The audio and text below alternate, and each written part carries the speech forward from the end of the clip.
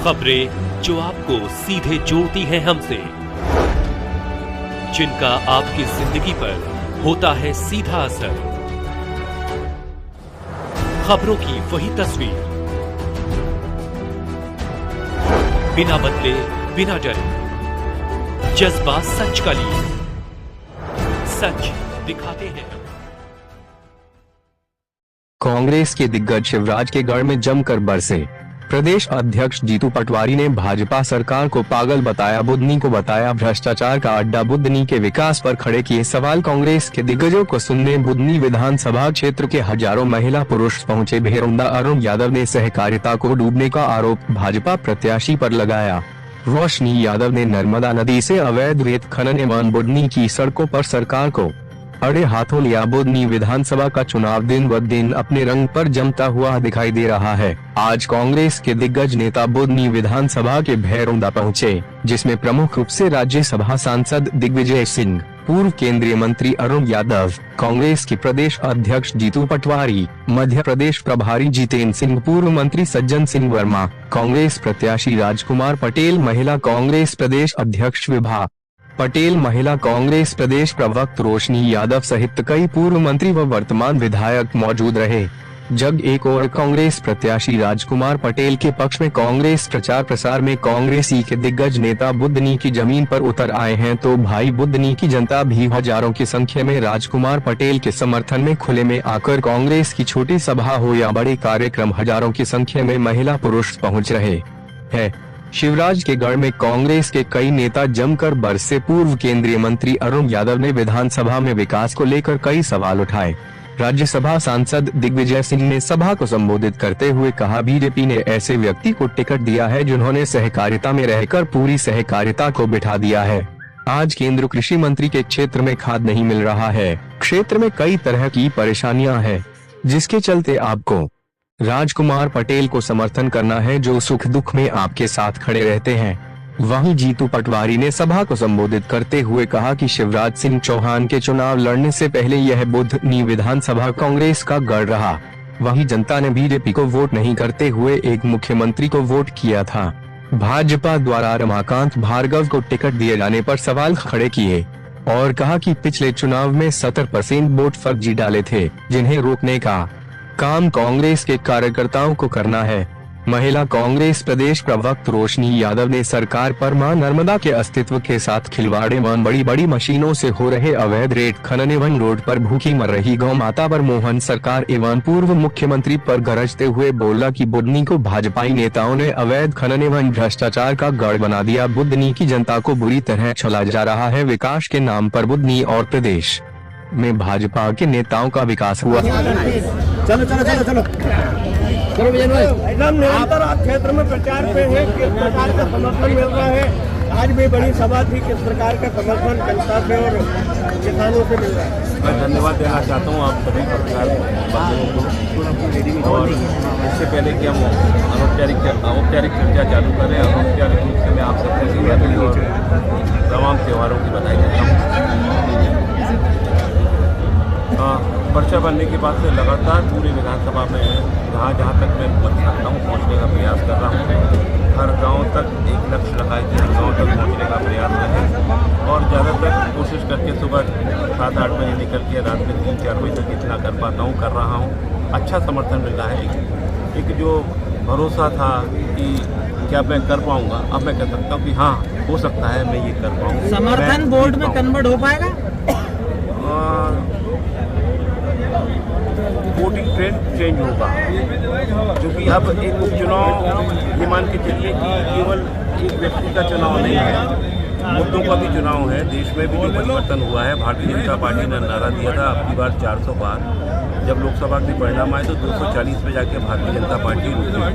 तो इसका मतलब साफ है कि वोटिंग पैटर्न भी चेंज होता है। तो जो आपने कहा है आपका सवाल सही है और मुझे भी उम्मीद है कि वोटिंग पैटर्न जब चेंज होगा तो ये बदलाव संभव है।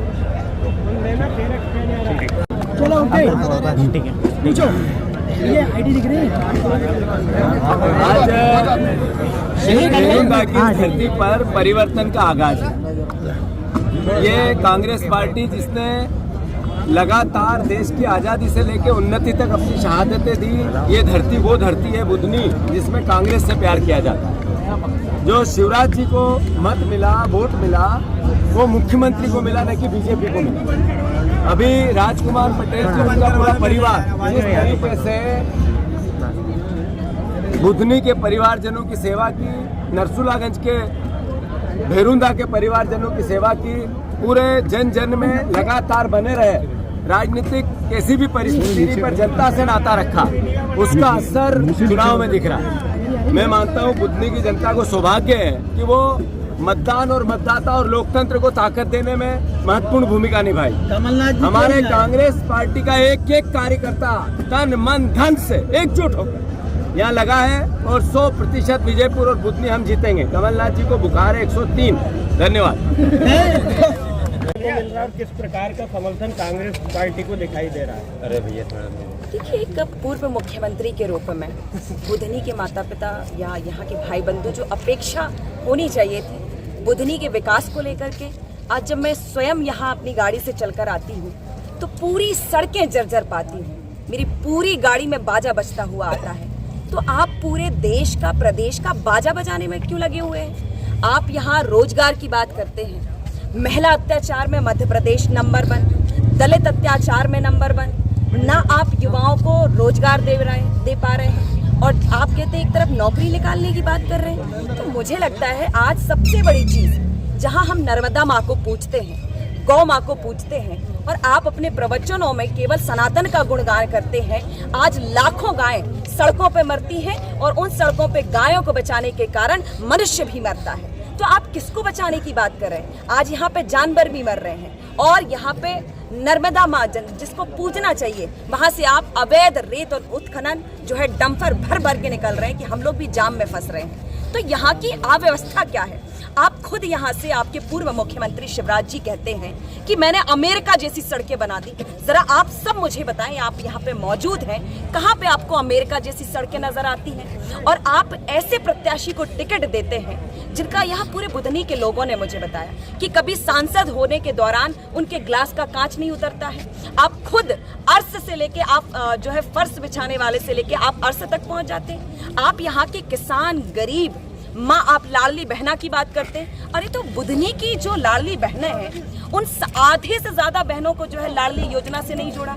3000 की आप सौगात की बात करते हैं, आप धान को जो है 3100 रुपए समर्थन मूल्य देने की बात करते हैं, गेहूं का 2700 रुपए, सोयाबीन का 6000। लेकिन कहाँ है? मैं कल यहाँ देख रही थी, ट्रैक्टरों की लंबी लाइन लगी थी दिवाली के बाद और पूरा खचाखच जाम लगा हुआ था। तो आपने यहाँ क्या व्यवस्थाएं बनाई हुई हैं? किसी भी चीज में आप देखें, मध्य प्रदेश भ्रष्टाचार में नंबर 1 है। और आज ये जो देश का हृदय कहा जाता था, दिल कहा जाता था, आज शर्मसार होते हैं हम कि यहाँ की लोगों के लिए जो वंदना और प्रार्थना करनी चाहिए, आज मध्य प्रदेश में, आप दिल्ली में कैबिनेट मंत्री बनकर के बैठे हैं कृषि के, लेकिन आपकी ही वो योजना थी भावांतर जो पूरे मध्य प्रदेश को शर्मसार करती थी, पूरे किसानों को रुला कर रख दिया था। और मंदसौर में किसानों ने खून बहाया।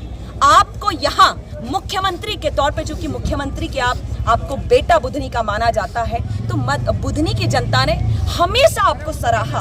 बुधनी ने बिना सवाल किए, यहाँ के लोगों ने बिना सवाल किए आपको, आपकी झोली में भर भर कर वोट दिए। पर आज परिवर्तन, आज बदलाव लाना पड़ेगा, क्योंकि इनको सबक सिखाना पड़ेगा, क्योंकि यहाँ पे भाई भतीजावाद या बेटावाद नहीं चलेगा। और जो प्रत्याशी है, मैं इनको जरूर कहना चाहूंगी, ये भाषा गलत लग सकती है, आप केवल चरण वंदन करके कुर्सी और सिंहासन पर आप बैठते रहें और अपने व्हाइट हाउस बनाते रहें, राइस मिलें चलाते रहें, फैक्ट्री चलाते रहें, लेकिन यहाँ के लोगों को रोजगार देने की आपकी नीयत ही नहीं है। तो आपको झुकना पड़ेगा, आपको झुकना पड़ेगा, क्योंकि अगर आप झुकते नहीं हैं। और बुधनी के मैं केवल माता पिता को ये कहना चाहूंगी कि अब बदलाव का समय आ गया है और बुधनी ने अगर आवाज उठाई तो मध्य प्रदेश के हजारों लाखों करोड़ों किसान, गरीब, जिन महिलाओं पे अत्याचार हो रहा है, जो युवा अपने रोजगार की आवाज के लिए डंडे खाते हैं और जेल में डाल दिए जाते हैं, उनकी बुधनी आवाज बनेगी, उनकी आशा की किरण बनेगी। तो आप बिल्कुल हाथ के पंजे का बटन दबाइए। मैडम, जिस तरह रेत पे सवाल उठाया है कि भाई भाजपा के लोग रेत का उत्खनन करते हैं, क्या उसमें कोई कांग्रेसी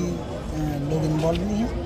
देखिए ये कांग्रेसी इन्वॉल्व है या नहीं, बात ये होती है कि आप नर्मदा से रेत निकलवा के नर्मदा का ना तो आप सौंदर्यीकरण करते हैं, ना वहां पे आप पर्यटन को बढ़ावा देते हैं। तो आपका कर्तव्य क्या होना चाहिए था कि बुधनी के लोगों को रोजगार मिलना चाहिए। अरे इस धरती पे आपको खुश होना चाहिए, आपका सौभाग्य मानना चाहिए कि आपके बुधनी विधानसभा से, आपके इस क्षेत्र से नर्मदा निकली है, मां नर्मदा निकली है। अयोध्या में जहां सरयू निकली है, तो क्या आपने वहां सौंदर्यीकरण नहीं किया है? तो आपको यहां भी करना चाहिए और लोगों को रोजगार मिलना चाहिए। आप लाखों करोड़ दिए अयोध्या में जलाते हैं, लेकिन तेल 170 रुपए लीटर मिलता है और वो गरीब जाकर के उन दीपक से तेल निकालकर अपने घर की सब्जी बनाने के लिए तरसते हैं। तो ये जो आज आप आटा, दाल, चावल, नमक 2 रुपए किलो मिलता था जब सरकार कांग्रेस की हुआ करती थी, लेकिन आज उसका रेट क्या है?